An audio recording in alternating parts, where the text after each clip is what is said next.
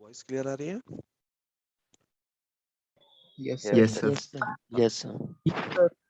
तो Yes, ये point सभी को क्लियर है कि V1 और V2 दोनों ही सेम पोटेंशियल पे हैं।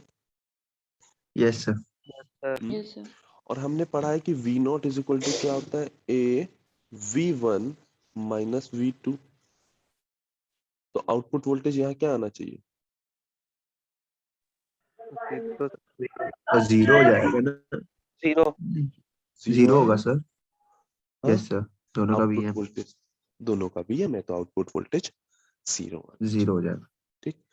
अच्छा, ये मोड ऑफ ऑपरेशन जब ऑप एम्प के दोनों टर्मिनल के वोल्टेज सेम होते हैं, इस मोड ऑफ ऑपरेशन को हम कहते हैं common mode of operation. Common mode operation, ठीक। ये मोड ऑफ ऑपरेशन जो होता है ये कहलाता है कॉमन मोड ऑपरेशन, ठीक। आइडियली ये जो आउटपुट वोल्टेज है वो जीरो आना चाहिए, क्योंकि अभी तक जो हम लोगों ने इक्वेशन पढ़ी वो V0 is equal to AVD पढ़ी, ठीक। और ये तभी तक वैलिड रहती है जब ऑप एम्प आइडियल है, ठीक। क्योंकि हमने कहा था कि भाई आइडियली इसका ऑफसेट वोल्टेज जीरो होता है, ठीक। इसी वजह से V1 और V2 की अगर सेम वैल्यूज रख दी या जीरो वैल्यूज रख दी, ठीक है, जीरो रखो या सेम रखो, बात एक ही है ना, हाँ? तो output voltage Yes, zero sir. आना चाहिए, ठीक। प्रैक्टिकल सिचुएशन में यही इक्वेशन कन्वर्ट हो जाती है और बन जाती है V0 is equal to A VD plus ACM into VCM, ठीक। ये कब है? जब प्रैक्टिकल सिचुएशन की हम बात कर रहे हैं, ठीक है। तो यहाँ पे ये ACM क्या है?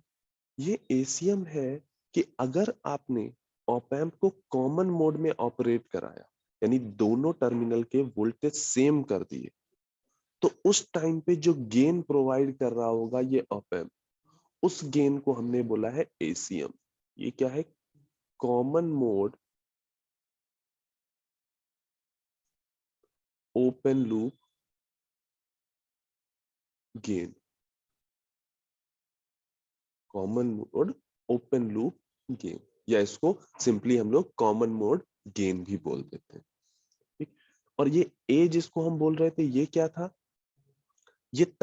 ये वो था जो बेसिकली दोनों के डिफरेंस को, VD क्या है? डिफरेंस है ना दोनों का, V1 और V2 का, दोनों टर्मिनल के जो वोल्टेज है उनके डिफरेंस को एम्पलीफाई कर रहा है। Yes sir. हाँ, तो इसको हम बोलते हैं डिफरेंशियल गेन। ये बेसिकली तब काम करता है जब V1 और V2 की वैल्यूज डिफरेंट डिफरेंट हो, ठीक। रीजन कि जब V1 और V2 की वैल्यू अगर सेम हो गई तो इस VD की ही वैल्यू जीरो हो जाएगी, तो इस डिफरेंशियल गेन का कोई काम ही नहीं रह जाएगा, ठीक।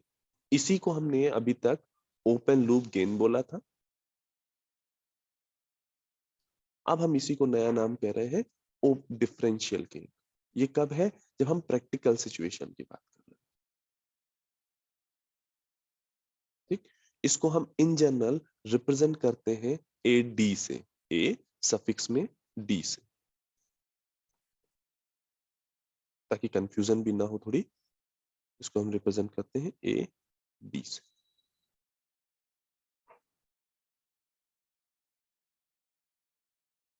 ठीक ना। अब इस इक्वेशन पे रख के देखो, ठीक। अच्छा, यहाँ पे VCM क्या है?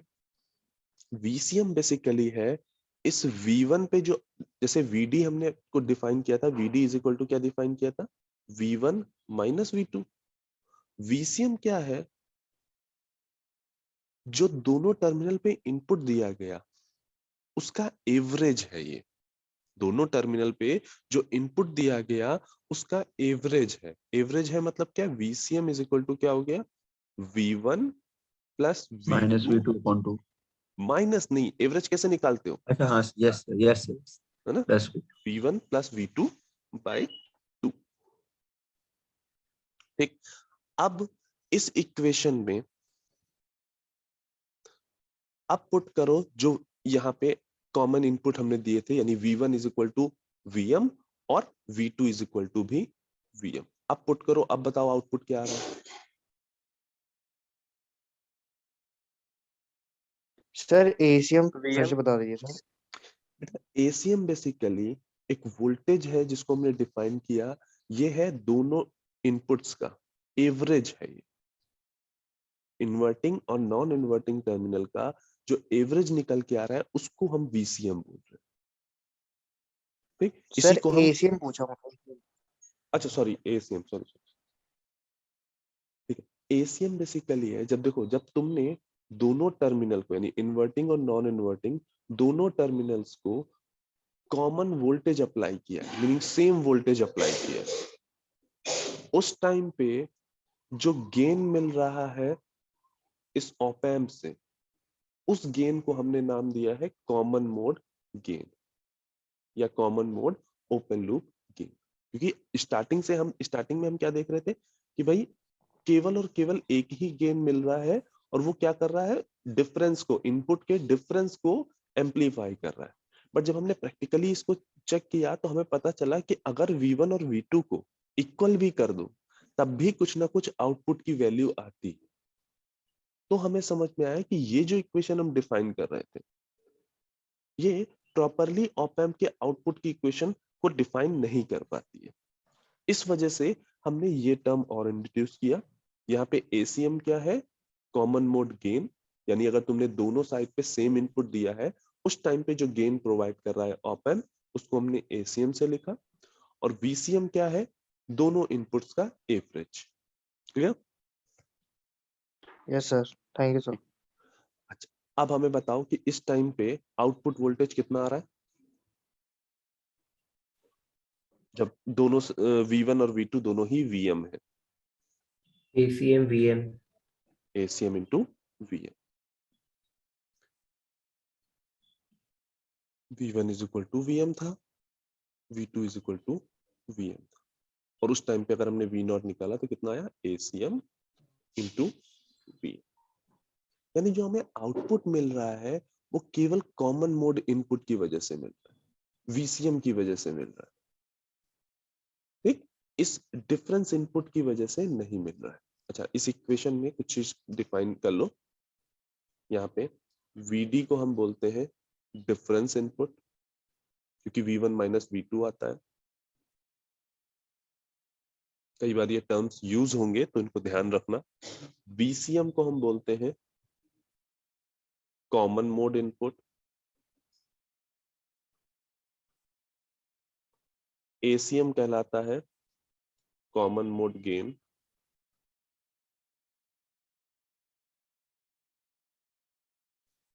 VCM कहलाता है, सॉरी, AD कहलाता है डिफरेंशियल गेन।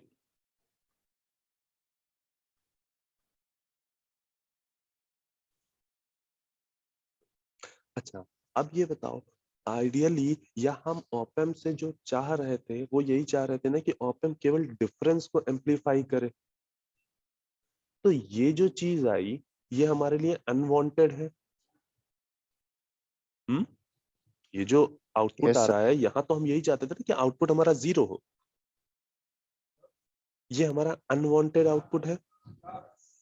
तो हम यस हमेशा सर। चाहते ये है कि ये जो एसीएम है यानी जो कॉमन मोड गेन है वो ऑलमोस्ट नेग्लिजिबल हो, या ये कहें कि आइडियली ये हमारा 0 होना चाहिए। आइडियल केस में कॉमन मोड गेन हमारा 0 होना चाहिए, ताकि जब हम सेम V1 और V2 सेम रखें उस टाइम पे आउटपुट वोल्टेज भी 0 आए। समझ में आ गई बात? Yes sir. ये आइडियल सिचुएशन की बात हो रही है। अब यही कॉमन मोड इनपुट से ही एक टर्म निकल के आता है CMRR या कॉमन मोड रिजेक्शन रेशियो। उसको हम डिफाइन करते हैं, it is the ratio of differential gain and common mode gain. AD और एसीएम का रेशियो होता है सीएमआरआर। ठीक, अब देखो हमने क्या कहा, आइडियली हम चाहते हैं कि एसीएम जो हो वो 0 हो। आइडियली एसीएम जो होना चाहिए वो 0 होना चाहिए। अब यहाँ पे अगर आइडियली एसीएम 0 होना चाहिए तो सीएमआरआर कितना होना चाहिए? Ideally infinite. इनफाइनाइट। यही हमने भी यहाँ पे प्रॉपर्टी में कहा कि आइडियली सीएमआरआर इंफिनिटी होता है। आइडियली कॉमन मोड से कोई भी आउटपुट नहीं आता है।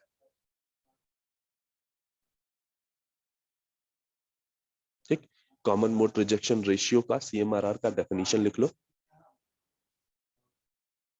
It is the ratio of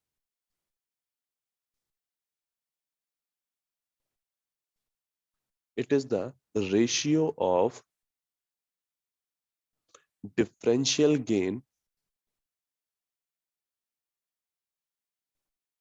to the common mode gain. Differential gain to the common mode gain.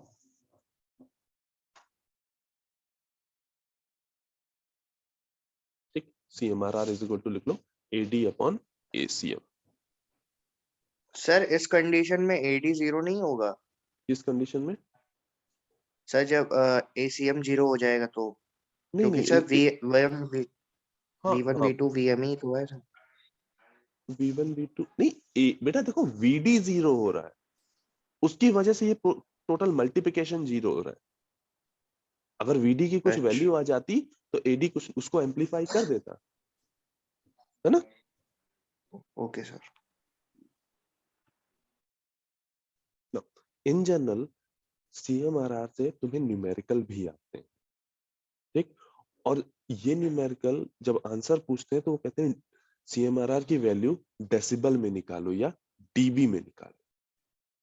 ठीक, शायद कुछ लोगों ने इसका इस यूनिट का नाम सुना हो। ठीक है, जब भी हमें CMRR डेसिबल में निकालना हो तो इन जनरल अगर हमें AD और ACM मिल गया तो इस वैल्यू का हम 20 लॉग ले लेंगे।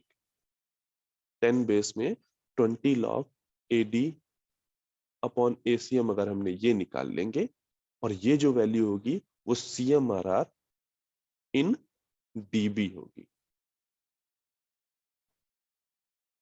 बात समझ में आई कि अगर हमें CMRR डीबी में निकालना है तो उसके लिए हम क्या करेंगे, AD अपॉन ACM की वैल्यू का 20 लॉग कर लेंगे। मतलब पहले जो भी वैल्यू आएगी उसका लॉग लेंगे। ये चीज ध्यान रखना, ये लॉग 10 बेस का है। ठीक, उसका लॉग लेंगे और मल्टीप्लाई बाई 20 कर देंगे। ठीक है, यस सर। ये भी वहीं पे लिख लो इन डीबी। सर डेसिबल साउंड की यूनिट होती है सर। सर डेसिबल साउंड की हाँ, यूनिट होती है डेसिबल ना। साइन की यूनिट होती है, लेकिन ऐसी कई बार हम उसको कई क्वांटिटीज को रिप्रेजेंट करने के लिए बेसिकली जो रेशियो होते थे, ठीक है, जिनकी डायरेक्टली कोई यूनिट नहीं हो सकती, उनको हम डेसिबल में रिप्रेजेंट कर लेते हैं। लाइक यहाँ पे भी AD और ACM दोनों सेम वैल्यूज हैं, इनका कोई यूनिट नहीं होगा। That is yes why sir. इनको हम डेसिबल में रिप्रेजेंट कर लेते हैं। Okay sir. सर तो ऐसे ही नहीं छोड़ सकते, ऐसे बिना कोई यूनिट लिखे? देखो बिल्कुल छोड़ सकते हो, इन केस क्वेश्चन में तुमसे ये नहीं पूछा कि डेसिबल में आंसर बताओ, या कई बार ऐसा होता है कि तुमको क्वेश्चन में CMRR की वैल्यू डेसिबल में दे देता है और कहता है या तो AD निकालो या ACM निकालो, तो वहां तुम्हें ये चीज पता होनी चाहिए। ओके ठीक है, सर। Yes sir. ना कुछ पैरामीटर्स और, अच्छा, जो हम प्रैक्टिकल ऑप एम्प में देखते हैं। आइडियल ऑप एम्प में हमने क्या कहा, ये इनपुट रेजिस्टेंस, जस्ट सेकंड, अभी हम बात करेंगे प्रॉपर्टीज ऑफ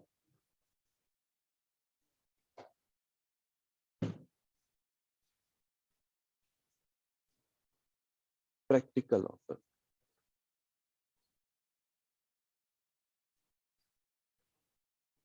पहली चीज, open loop gain ideal op amp का कितना था?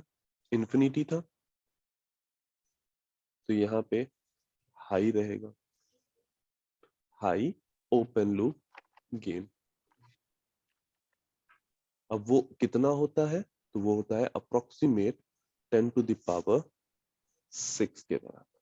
अप्रोक्सीमेट होता है equal to 10 to the power 6 के बराबर। ठीक। इनपुट रेजिस्टेंस कैसा था? इन्फिनिटी था, यस सर, इंफिनिटी था। तो ये भी हाई इनपुट रेजिस्टेंस। ठीक। और वो हाई कितना होता है? 1 मेगा ओम से लेके 2 मेगा ओम के बीच में इनपुट रेजिस्टेंस हो सकता है प्रैक्टिकली।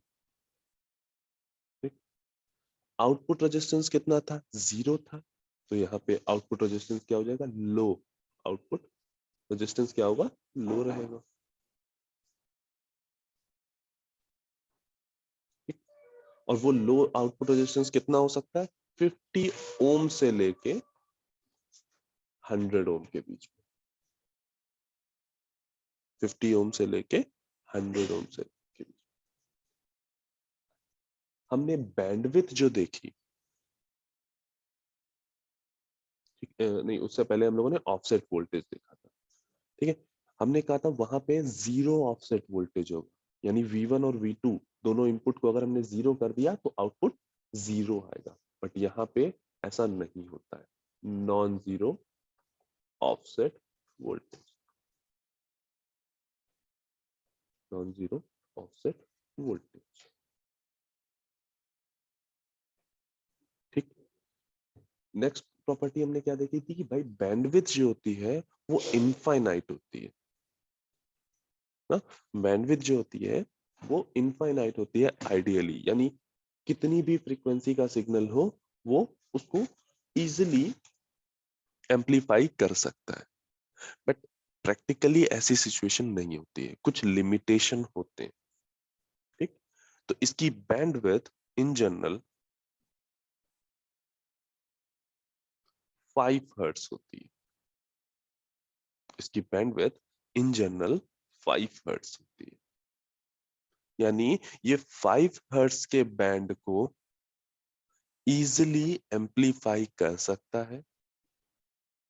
इससे ऊपर हुआ तो नहीं कर पाएगा। अब इसका बिल्कुल ये मतलब नहीं कि ये 0 से 5 हर्ट्ज को ही एम्पलीफाई करेगा। हो सकता है 50 से 55 हर्ट्ज के बैंड को एम्पलीफाई कर रहा हो प्रॉपर्ली, या 60 से 65 हर्ट्ज के बैंड को एम्पलीफाई कर रहा हो, या हो सकता है 100 से 105 हर्ट्ज के बैंड को एम्पलीफाई कर रहा हूं। मतलब इस बैंड ऑफ फ्रीक्वेंसी के बीच का जो सिग्नल होगा उनको आराम से एम्पलीफाई कर लेगा। ठीक। अगर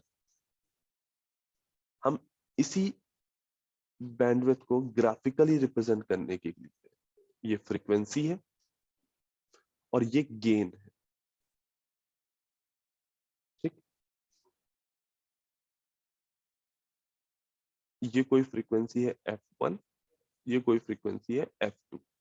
ठीक। और हमने कहा कि f1 माइनस f2 जो है वो 5 हर्ट्ज है। ठीक। तो इस बैंड ऑफ फ्रीक्वेंसी में वो इजिली एम्पलीफाई कर लेगा with the gain of a। ठीक। इस बैंड ऑफ फ्रीक्वेंसी में गेन कितना रहेगा? a, यानी इजिली एम्पलीफिकेशन हो जाए।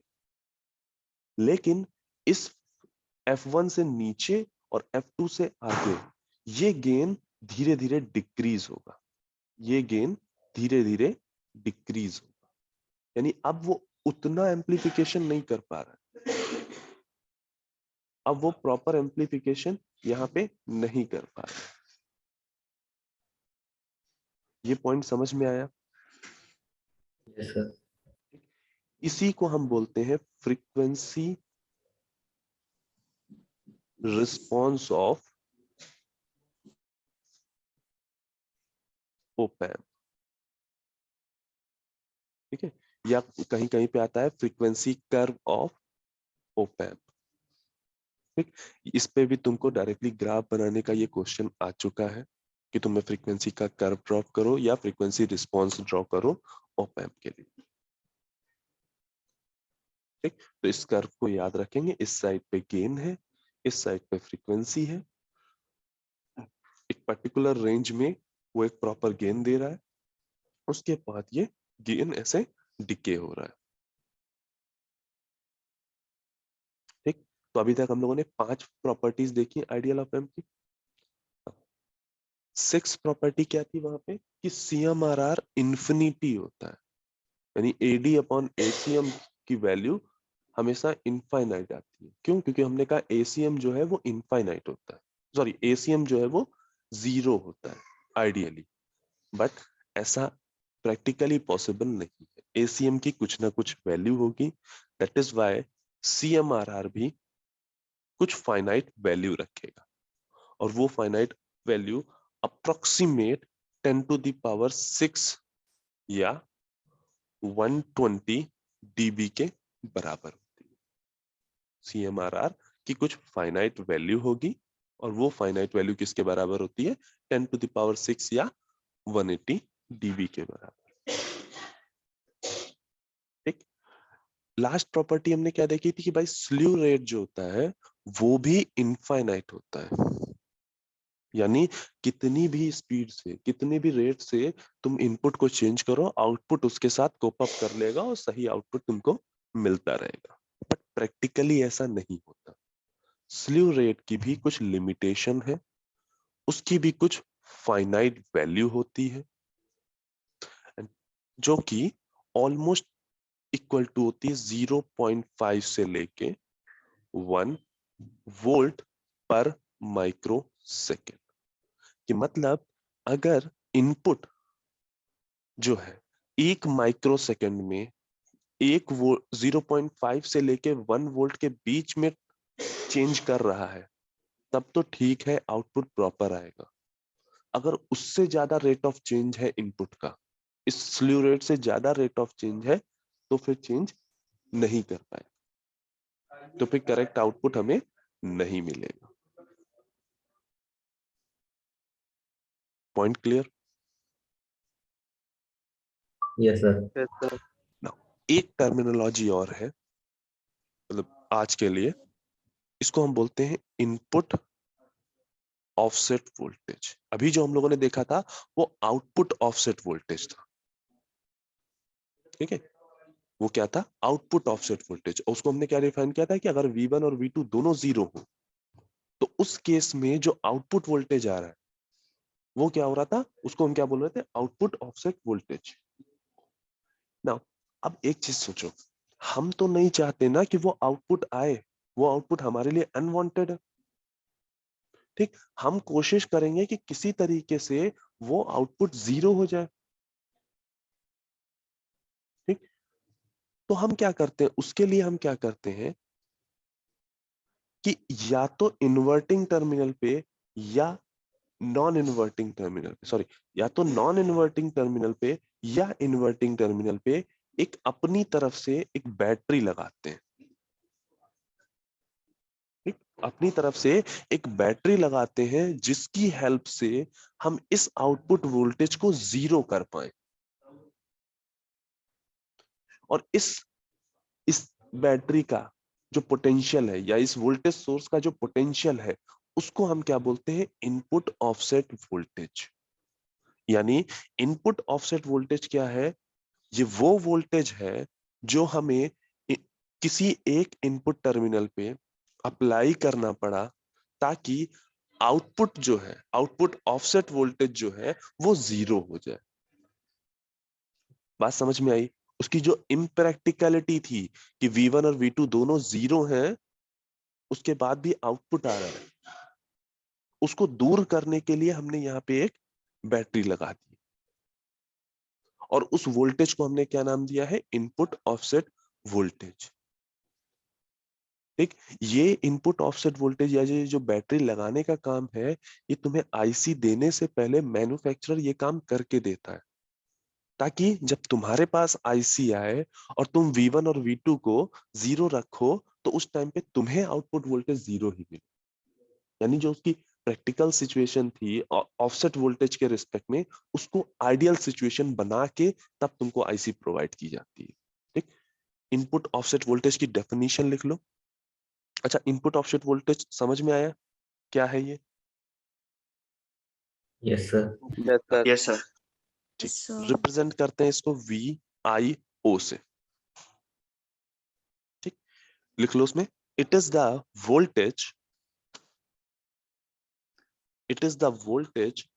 that must be applied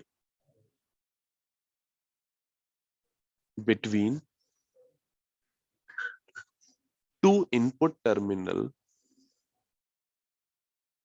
sir of an between की बात बताइए। between two input terminal of an op amp to nullify। Often के बाद हाँ बेटा, ऑफन के बाद क्या बोले थे सर? op amp बेटा, OPAMP, op amp, terminal of an op amp to nullify the output offset voltage, to nullify the output offset voltage। ठीक है, जो लोग अपनी अटेंडेंस मार्क कर चुके हैं और इसको लिख चुके हैं वो लोग नेक्स्ट क्लास के लिए प्रोसीड कर सकते हैं। Thank you sir. Thank you sir. Thank you sir. Thank you sir. Thank you sir. Thank you sir.